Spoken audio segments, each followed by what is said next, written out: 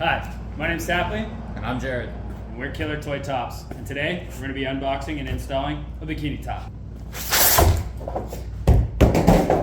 And that's our unboxing video.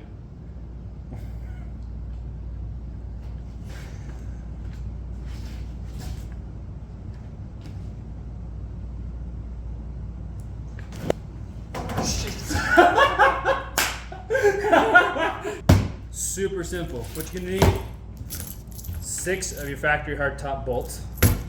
Something to install those with. Not a must. That's it. No muss, no fuss. Wait a second.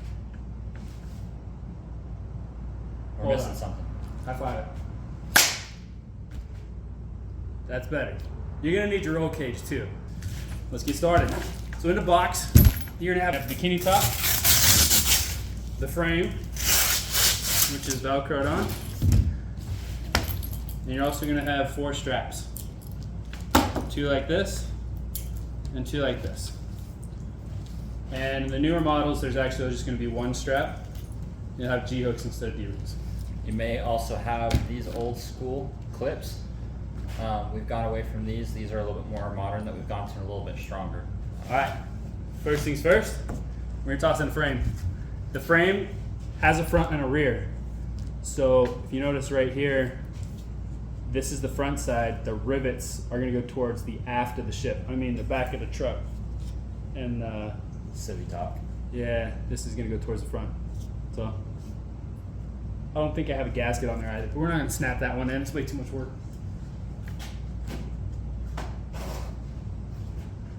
This will be a little bit easier if you're not running 37s. Side without rivets goes towards the cab of the truck, like this. Okay. Once you got that on there, I'll put the bolts in a little closer to you. You line your holes up. With each of these 4 holes up here, do your centers first. Now, if you still got this trim piece, you might have to pull that out just a little bit, not all off, just out a little bit, to get this little piece behind it. And what you're going to start with is you're going to start. Now you'll have to flex the ends just a little bit. It's going to get you some tension on there.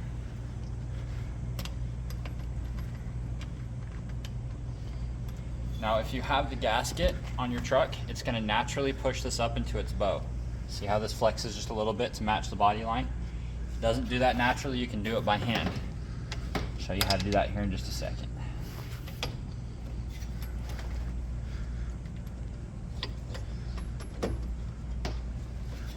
Yeah, that one you gotta.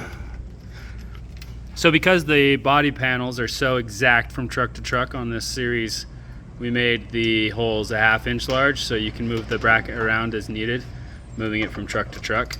As we install these on a lot of different trucks, we've noticed that the holes land in all sorts of different places.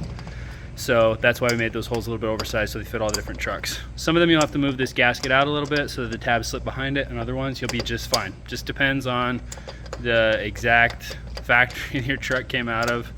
The fitment on these trucks, as you all know by now, by owning one. Where the factory worker was when he built it. So, that's what we got. So you want to get pretty close to tight so that you can position your top. I'm spinning these down so there's only an 1/8 inch gap. You could probably spin it down so it's contacting, so it's a little easier to hold into place.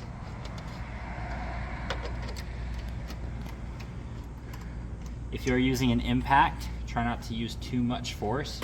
The nut inside the cab can break off if you've got any rust. And these don't have to be super tight, just enough that they don't back off. To ensure perfect fitting here. Okay, so the center section you're going to push up just about as far as it'll go. But you don't want it to be flush with the top of the cab. You're going to want about an 1/8 to 1/4 inch drop from the top of the cab to the top of the Velcro bracket. The fabric will fill that in to give you a really clean fitment. Push your corners down. Now you can do this however you want. I recommend starting with the center holes and going out. I like to start the left inside to the left outside and then the right inside to the right outside. As you can see, pretty close along that body line.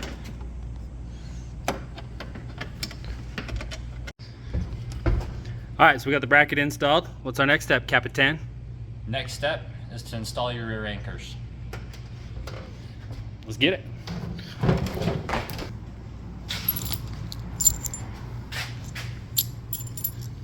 Next, we're going to install our anchors. Now, there's two ways you can do this. It works either way. If you like the bigger loop, you'll have to change your hardware because the factory hardware will interfere. But you'll want to get a smaller washer to go through that hole, or you can use, for the factory hardware, you can go through the bigger hole, just like that. You're going to just screw this on. Start it by hand always. Never use a power tool to start your screws. And just like with the front of the cab, you don't, if you're using an impact or a drill, you don't want to over torque it. You will break the nuts loose and it's miserable to try and replace them. Okay? You actually want that tab facing towards the cab of the truck. Spin that down. I like to get it down until it's just barely to the point that it'll move back and forth like this, so that when you hook the straps up and put everything under tension, it fixes the direction and then you can tighten it down. The next step is to install the actual top itself. I like to be standing inside the bed when I install this. You could probably do it from outside the bed, but some people feel the need to have 37s. Drape this down just a hair. Now what I like to do, and you might be able to find your own faster way of doing this, but my favorite way to do it is I'll start at this end. I'll hold it tight like this. I'll line that up. That was a little too far back from the edge. I'll line that up so it's actually supposed to overhang like just a little bit. That's what I was trying to do. Line this up so it overhangs just between 1/8 and 1/4. That's going to cover all the black on the Velcro. Okay, give you the best finished look. And then holding this tight, pull this across, and watch that line just fall into place right behind the cab. And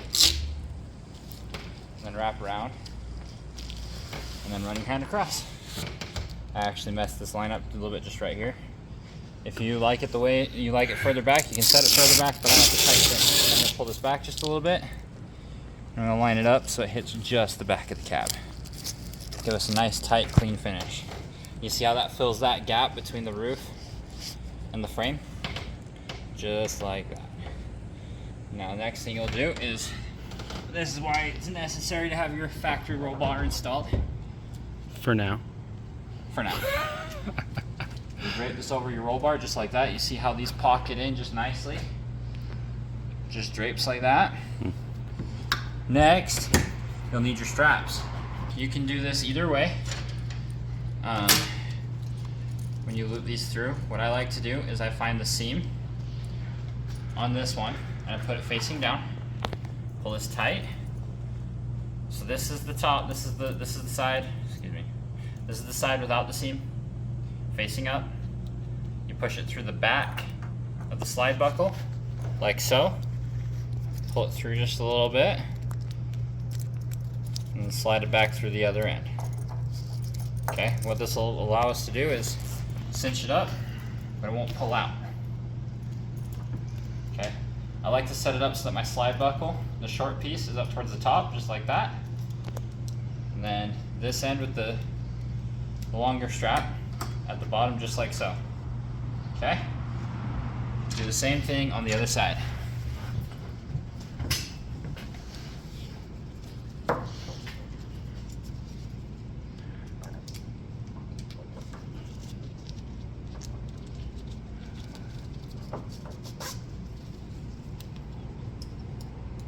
Now you can flip this around if you'd like. This is just the way I prefer to set it up. Actually turn this around. Okay. If you put a half twist on this, which I don't think, oh, I did do. So if you put a half twist on these, it doesn't work with the old school lanyard type with the pivot on it. But with our straight hooks, if you put a half twist on it, when you pull it tight, it reduces the flap in the wind versus having the strap flat, because it allows the air to flow around it a little bit more smoothly. And then you just pull both, I like to pull both straps tight at the same time while sitting on the tailgate, so that it pulls evenly across. And you have successfully installed your bikini top. It's that easy. Yes, sir, it is. I flinched.